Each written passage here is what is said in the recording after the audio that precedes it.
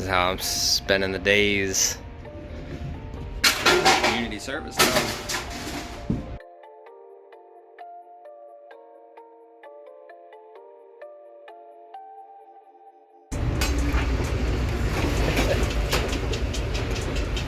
Now guys, don't think I forgot about you guys at all, none of that. So I got all of 60 hours of community service scheduled. We are good.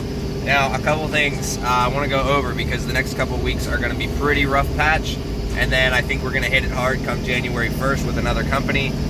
Since I made that video, I had, and this is just now, this is Friday morning at like 8, not even 8 o'clock yet, I've had 6 companies reach out to me and give me an offer. So the fact that that happened shows me how supportive some of these people can be, and I think I've pretty much made my decision. I'm sure a couple more will probably come in as the video gets seen. I don't know, it got a lot of views. So something people need to realize is in this business to succeed, you need to adapt. If you see somebody jumping around and doing a bunch of different things at different times throughout the year, that's how you keep your business alive. Whether it's power only, cars, freight, no matter what you're doing, whether you go from doing, like if you're in a semi, whether you go from reefer to cars to flatbed to, you know, just everything. Because Hotshot Dave is one of those guys, every couple months he's doing something different. And the reason he's doing that is because he's adapting his business to the market. Every single time things change and things pay better at certain times of the year. So yeah, basically that's what is going on with that. I'm just gonna get this stuff done. I am scheduling work for diesel trucks if anybody is interested. I got one coming up today actually that I will be doing. So sorry if this video is a little bit more boring, but I think yeah, actually I might just put it all into one video. Basically, we're going to be doing a ton of head studs, exhaust manifold. This is one of the bigger jobs that I've more done in a while. Everything else is just kind of small stuff, like Josh's truck or any of the other customers I work on. But yeah, so 75 bucks an hour is what I've been charging for mechanic work. The people that do come to me know that I take my time and I'm pretty adamant on stuff. I'm pretty half-assery on my own stuff, but when it comes to other people's stuff, I don't really mess around. If something's not right, like Josh's truck, I took it apart 3 times to keep fine-tuning little details that I just wanted to make sure it was right for him. So now that we know that it's right, you know, he's good. But like I said, scheduling mechanic work in Carlisle area. Let me know what you got, and yeah, we can go from there and schedule it up until January 1st. So I'll do the mechanic stuff till the end of the year, and then come January 1st, we'll hit it hard, get back into it. I'm still going to be doing everything I said I was going to be doing until that trailer's paid off. I was going to do dedicated power only, but I think I'm going to do power only and cars, because it is pretty doable up in my area to be home every day. And then when a power only load comes in, I'll just do that one by itself. All right, we're done with the shift today. I've been doing, yesterday I think I started at 10 and left at 6, and today I started at like 8 and I'm leaving at like 3:30 now. And that's only because that's all, you know, I have probably 40 hours scheduled next week, and then a couple hours scheduled, because next week's Christmas, so they can't. So, and then we will be completely done with everything to do with community service, and we're gonna hit it hard on the 1st. So something else, by the way, if you guys gotta realize this. If you're afraid of failure, you're not gonna make it anywhere in life. You will learn much more from failure than you will ever learn succeeding. So keep that in mind. Don't be afraid to fail. And in my case, I refuse to fail. I will always keep coming back stronger. So we're going tonight. We're gonna be going and picking up a customer truck, one of you guys, and I basically get that thing all weekend, and I'm gonna be doing some work to that. So that'll be the video for this weekend. A bunch of cool stuff we're gonna be doing to that truck. So if you guys have mechanic work, feel free to send it to me. Email down below in the description. All right, so here she is, a 2017 Ram 2500, and let's see if it loads. Look at them miles. 20,263. So this thing has a built transmission. This is basically where I'm working for the next week. Got to do all 60 hours. So this is our job this weekend. I got to do a lot of things: oil change, tranny change, turbo upgrade. So we're gonna do the wicked wheel, Head studs, new fleece exhaust manifold. This thing has so many parts in it that we're gonna be doing. And I got here, nobody's here. I'm supposed to be doing 8 to, turn the heat back on. Supposed to be doing 8 to 2 today, or 8 to 10, because I feel bad, she was gonna be here doing scrap by herself. So we're gonna go to the scrap yard, drop some stuff off from 8 to 10, and then I'm going to work on this thing at the garage. So there is a ton of parts back here that I need to go through and figure out. But other than that, it's gonna be a pretty, pretty straightforward weekend. We're gonna hopefully make this thing a lot better. And I'm gonna show you guys things on other people's stuff that I wouldn't do on mine, because mine I don't care as much as somebody else's. Like when you're doing head studs, you're supposed to blow out all the holes. On the 12 valve, I really didn't do that, and I don't care enough to. But like I said, here she is. So yeah, there's a ton of stuff down there. I'm assuming the exhaust manifold is probably in that box down there. And yeah, just driving 20,000 miles. All right, so we're cruising. We're heading to the shop now. This is, I get to drive around a 17, which is actually, it's not the newest one I've driven. I mean, I've owned a 16, and it kind of brings back a little bit of memories, but this interior is way nicer than the one that was in my 16. I just wasn't a fan of it. The other one would kind of like put you to sleep. This thing, I don't know if you guys can hear it. I don't know if you guys can hear the exhaust brake, but this one is deleted, tuned, the whole 9 yards, built tranny. And yeah, I mean, it's a lot better. I'm just, I don't know, kind of miss my my beater. This thing on it, everything just works. So I could definitely see myself falling asleep in it, but not as badly as like my 16 was. This one definitely a little louder. All right, so we are going through and inventorying everything. So we have to do a steed speed manifold, which is right here. So this thing is a work of art. We have to do head studs and valve adjustment. So we got exotic head studs. So we'll be doing these. We have to do the grid heater delete plate. Oh, okay, so that makes more sense. Sorry about my finger being in the way. Wicked wheel, which is a possibility. The wicked wheel is definitely going to take some time because I'll have to pull the turbo to do that. Yeah, so here's the delete plate and some other little goodies with that. So we'll leave all this together just like that. Wicked wheel. We have to do a delete plate, which is this guy, I guess right here. There's a gasket for it. We have to do, wicked wheel tranny service. So here is ATF and all that. And then we have to do an oil change. So I just need to find the oil filter, which I'm assuming is in here somewhere.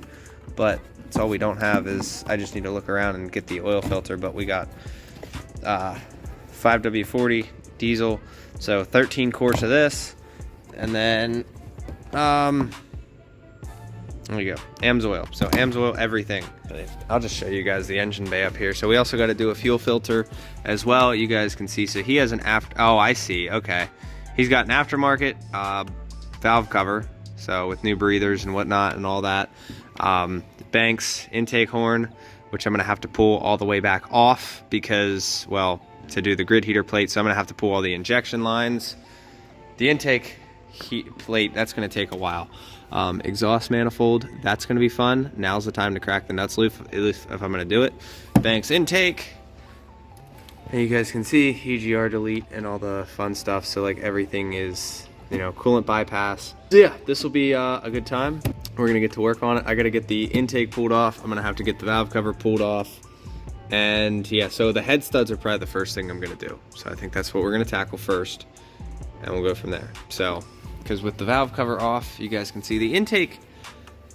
This shouldn't be so bad either. I've done this on Alex's truck. I've done the whole plate and all that. So I've done a couple of them, not quite a few, but I've done a couple of them.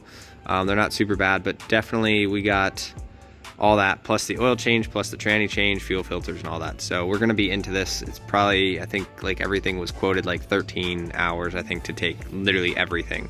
So exhaust manifold, pull the turbo, and the only reason we pull the turbo is if we're gonna do that wicked wheel. So as you can see, he's got pretty much everything.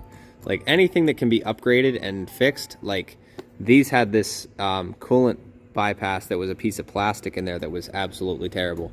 So glad he got rid of that. If this truck even came with it from the factory.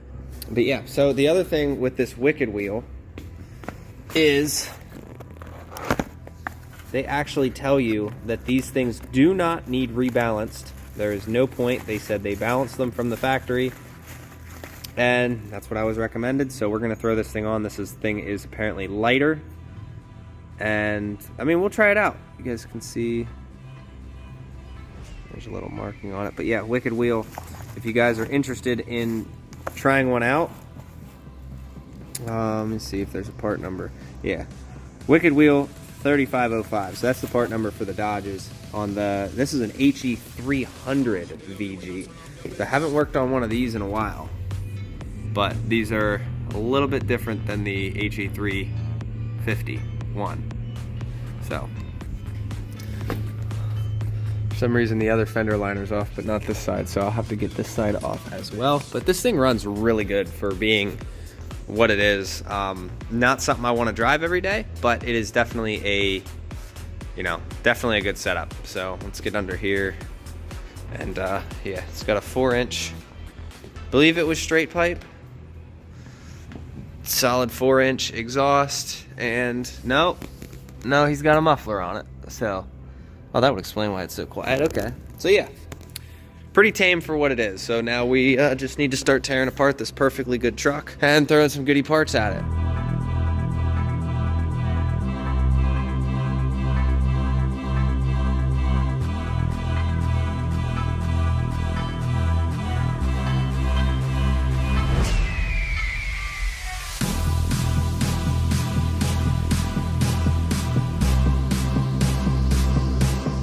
Alright, here's where we are sitting at. Every one of these I have loose, so we're gonna do pretty much one at a time, and basically starting from the center, working our way out, whatnot. So I think these were 130 foot-pounds. So we'll get those out, clean out each individual bore. So, but yeah, one-on-one method, not, this will be fun. Alright, so all the rockers are off. They're all nice and lined up. You guys can see right there. And so I think this thing was out of valve adjustment a little bit, a wee bit. There was a little bit more slop than I was happy with, but you got to redo that anyway once you do head studs. So it will mess your adjustment up. So what I'm going to end up doing is we'll do the one-on-one method, this one, then this one, then this one, this one, and these ones over here individually, the exhaust ones, are different than every one of them on the, so all these are the same except for these outer 6. So that's gonna be fun, but shouldn't be too big a deal. So 18 millimeter and then 14 millimeter going in.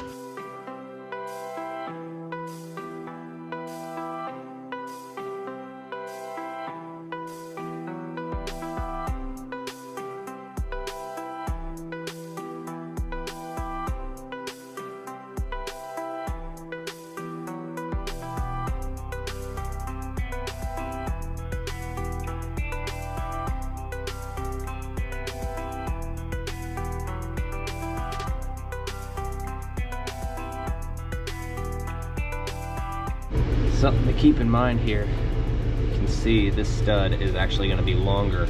So this is for all 6 of these. So longer stud, 6 of them. Don't mix them up.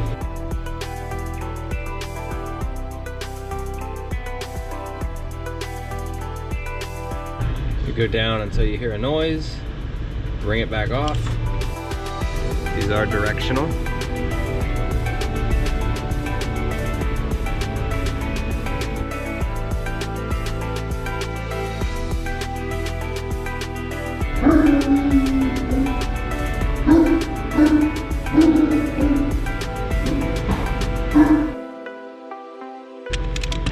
Then I'm torquing these to 130.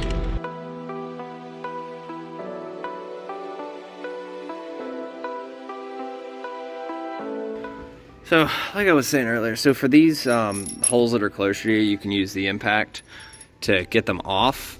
And then the ones in the back, I've just been using the socket and whatnot. So every one of these are getting sprayed out because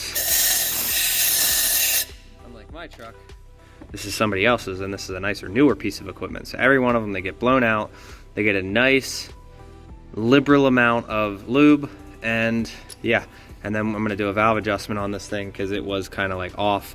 And also, when you put head studs on, it physically smashes the head gasket down a little bit. So it's enough that it is something you want to just redo. It's not a big deal to redo it. Like I said, I took every one of them off. On mine, I've never done this. I usually just take off the exhaust rocker or intake rocker. I can't remember what it was on the 5.9 diesel, but yeah. So we'll come over here to these exotic head studs, and you can see, here's kind of the difference. Like you can see just, they're dead on, just how little bit of a difference that makes. So these 6 specifically go onto the exhaust side, and don't mess that up. Do not mess that up. These things are a pain to do. We're doing it one at a time, but they're a pain to torque because they take a ton of effort. So I wonder if you'll be able to hear this, but when you get this down all the way for the first time, just wait. You know you did a good job. Hear that?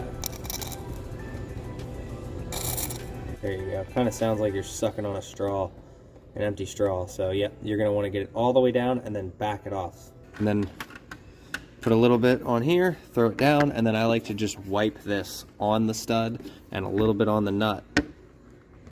All right, so I want to give you guys a little common misconception with these hot retorques, right? So a lot of guys will tell you need to do a hot retorque, which is partially false, okay? I actually, on my diesels, have never done one and have never had a problem. This is coming from a guy who ran a common rail with, what was it, 50 pounds of boost on a factory turbo, and I ran that for years. So, never did a hot retorque.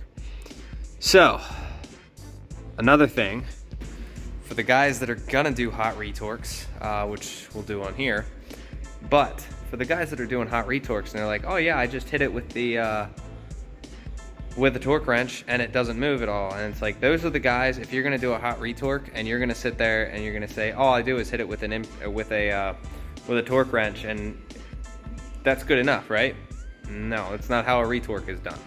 So basically, to do a hot retorque correctly, once, you know, you drive it for a little bit, get a couple of miles on it, get some heat cycles in it, get it really hot, take everything back off, and then you're gonna wanna, each individual stud, you're gonna wanna back them off about a quarter turn and then retorque it. You do not just hit it with your torque wrench and say, oh, that's good to go. At that point, you might as well have not even done a hot retorque because you've put zero effort into it. So just to let you guys know, for anybody that wants to say, you know, you have to do a hot retorque or this is how you do a hot retorque, that's the correct way to do a hot retorque.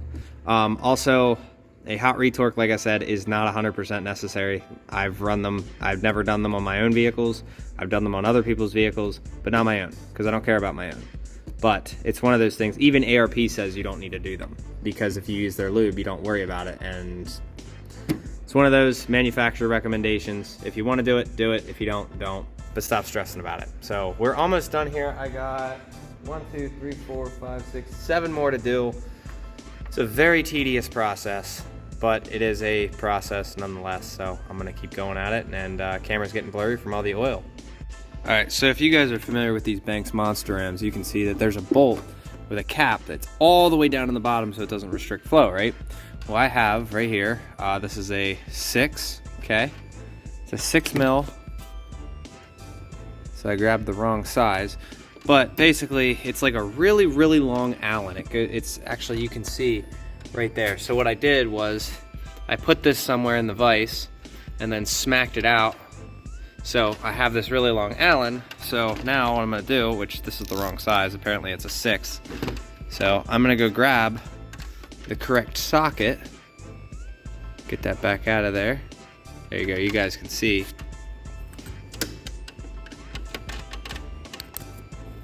This is what it looks like, okay? But the problem is the head doesn't actually fit into that.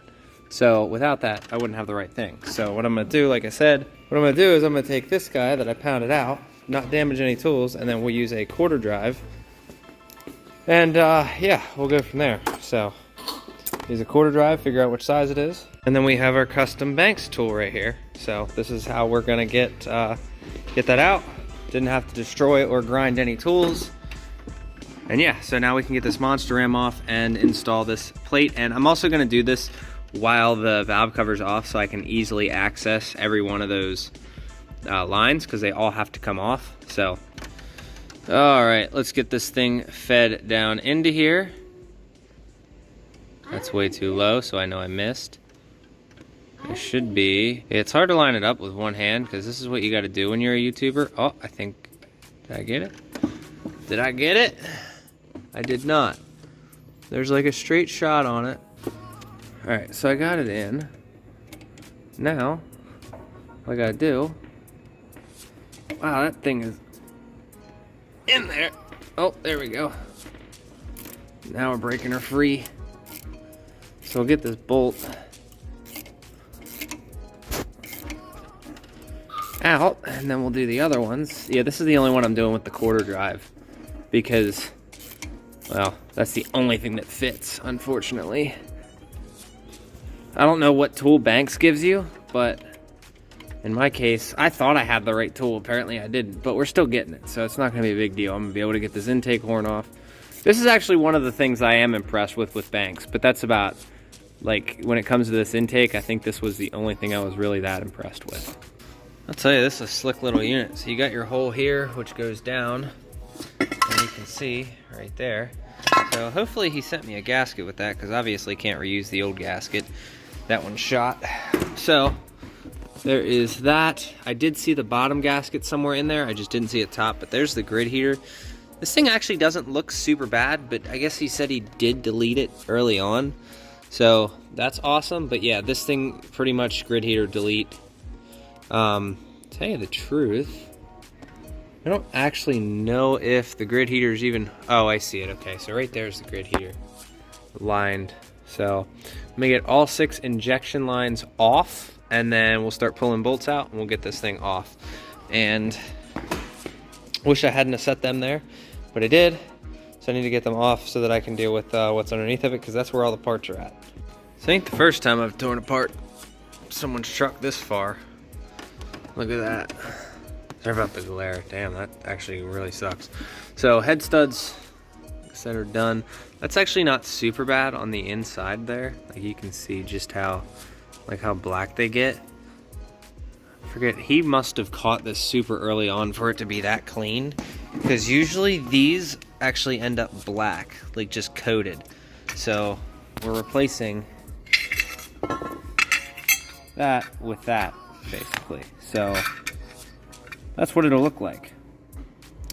The only downside, there's, yeah, like I said, no grid heater, so that'll be gone. This sensor here will be gone, so you can't plug any of that stuff in. So he'll have to tune for it, not a big deal. And yeah, that's pretty much it. This will just sit on this, and we're good to go. All right, turns out I was wrong. That actually goes here. I don't know why they gave me this, because that actually doesn't go into there, so maybe at some point that'll show up the reason why. Here's an extension harness here they give you, so that works out. I just need to clean off the gasket material off of this and off of the engine. So we'll get to cleaning this thing off, and we'll go from there. All right, so there is that. You guys can see. I'll zoom out a little bit. So there's the new piece there. I'm gonna vacuum out the intake, because you can see like pieces do get in there, because you guys can see up here, all that stuff leans in there. So my best bet is to vacuum everything out. That's what I'd recommend everybody to do. And yeah, so we're gonna get the lines back on, vacuum out the intake, and start putting the intake stuff back on. I always like to lay these out in pieces, but after that's on, like I like this old gasket too. You guys see, this is a actual, seems like a steel gasket. I'd have preferred that over the, I don't know, maybe it is a Malley. I don't know which one I prefer. I think I prefer that one, to be honest. So this one's gonna go underneath the intake here. I'll get this all cleaned off and whatnot. All right, so here is your breather for your 6.7 Cummins, and actually even the 5.9s have them. You guys, I wonder Wonder if they're on here. Yeah, so it has the same bracket you can see right there. So basically, we're replacing that, this breather here, because his was blocked off anyway. We're gonna replace that with just this flat guy here and this gasket. So let's get that thing installed. Looks a lot nicer than that, and it's basically the hole right there. So yeah, I'm pretty sure this is technically the PCV of the Cummins, because right here is your one-way valve, so pressure can only come out but it can't go back in. So this would be your PCV. So get rid of that. We have a bunch of parts just sitting around, huh? All right, so we're putting back on all the rockers. 5, 4, 3, 2, 1. And believe it or not, guys, you can't just put these on any which one you want. Like every one of these push rods and these guys here, they're all worn towards, you know, their individuals. And I actually know a guy who put them just randomly wherever and never did a valve adjustment, and then complained that his motor actually locked up because they blamed the new injectors they just threw in. So yeah, don't do that. Don't just put them in random spots. Make sure that you have each one of them seated. Let's see, make sure that they're all seated. So yeah, just take your time, do it right. And once they're all on, then we got to find TDC and do our valve adjustment. So D-Boss Garage did a really good video on them, so really like that. All right, so I always go back to D-Boss's video on basically doing the valve adjustments, right? So 153624 is the firing order, right? So 153. So when 1 is rocking, you're going to be able to do 6. When 3 is rocking, you can do 4, you know.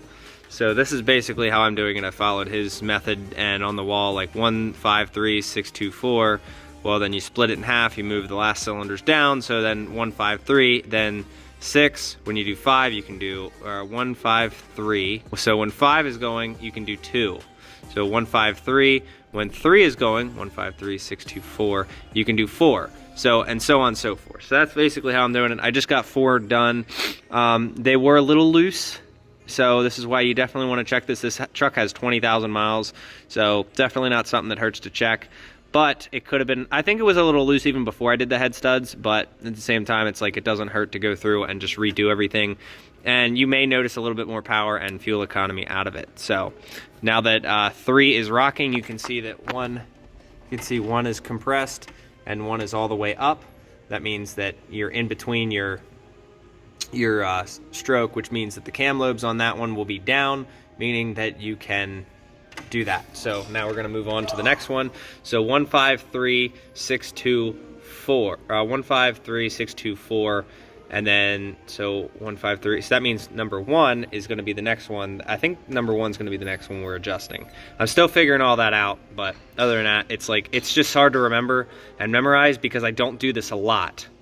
So it's one of those, like, I really do need to kind of pay attention more to it. But all right, so you have to, on the back there, you guys, let's see how far is too far. You have to notch that down on these things for the last head stud. The only other way is to just not put it in, but that's stupid. Just grind the thing down. It's even in the instructions. So I don't know, quite a few of them. So we'll get this thing slapped back in. The valve adjustment is done. And then oil change and transmission service, and then we're leaving for the night. And then tomorrow we'll be tackling the exhaust manifold. So we're going to put this back on, and I noticed, look at like how stripped these threads are. They're kind of like, I was actually able to, in the beginning, just pull this off. That doesn't look like the same thread as that. These look a little wider. So I don't know what's going on with that. I'm going to try to clean it up as best as possible, but this is definitely stripped and it looks like it was forced in there. Like I said, I was able to pull this out like by hand. I wish I could show you. Here, hold the camera. All right, so like I said, you're able to literally just do that to get that in there. So, and just pull it right back out. Like it goes in a good like that far. And then you can get it to start. Then you can't pull it out. So it's pretty much stripped you guys can see, look at that. So yeah, so I'm gonna get that reinstalled back on here, get it tight. We'll go from there. This is an aftermarket valve cover. I don't know who makes it, but I really, really like it. So, like I said, get this put back in here, and we'll go from there. I got it all back together. I pretty much did this all by hand, and you guys can see, I could literally just pull this off. So there's no threading back in there. I'm gonna let him know about it. I'm sure he'll probably see this video, but yeah, so this I definitely need to make mention of. Then we'll go from there, but that I'm not sure about. So this is an interesting drain setup. Basically, here's the cap, and this will not leak anything until you screw this thing into it, and the more tension you put on it, the more it'll drain. Kind of neat. Now we have to sit here and wait. All right, so here is the grid heater wire. This goes to your grid heater, this goes to your solenoid. Your solenoid is right down there, okay? So basically, that solenoid goes, there's the positive up there, and then that's what activates your grid heater. We'll see if he wants me to take it out. If not, we'll just leave it in there, just so that way if he ever wants to put a grid heater back in it, you can do that without having to cut the wires. So I'm pretty much gonna take all the parts that are coming from this, and we'll throw them in the back of the truck for him. It's usually what I do, just keep the extra parts. So tomorrow, we'll grab fuel filter, we'll do this, we'll do the wicked wheel, we got our Cummins parts here, and then we will do the trans. So today was about an 8-hour day to get all of this done properly. So head studs, valve adjustment, grid heater delete, oil change, and no, I think that's about it actually. So between, oh, and the PCV delete. So we got the PCV delete done. So instead of having this hole that is your crankcase ventilation, now it's just a block off plate. So why would you do that? Because he has a 1-inch AN sitting right there. Start it. All right, we are done for the day. It's been a long day. I'm gonna have Liam start it so you guys can hear it, because we're gonna be driving it home. So should be cold enough that the exhaust brake comes on.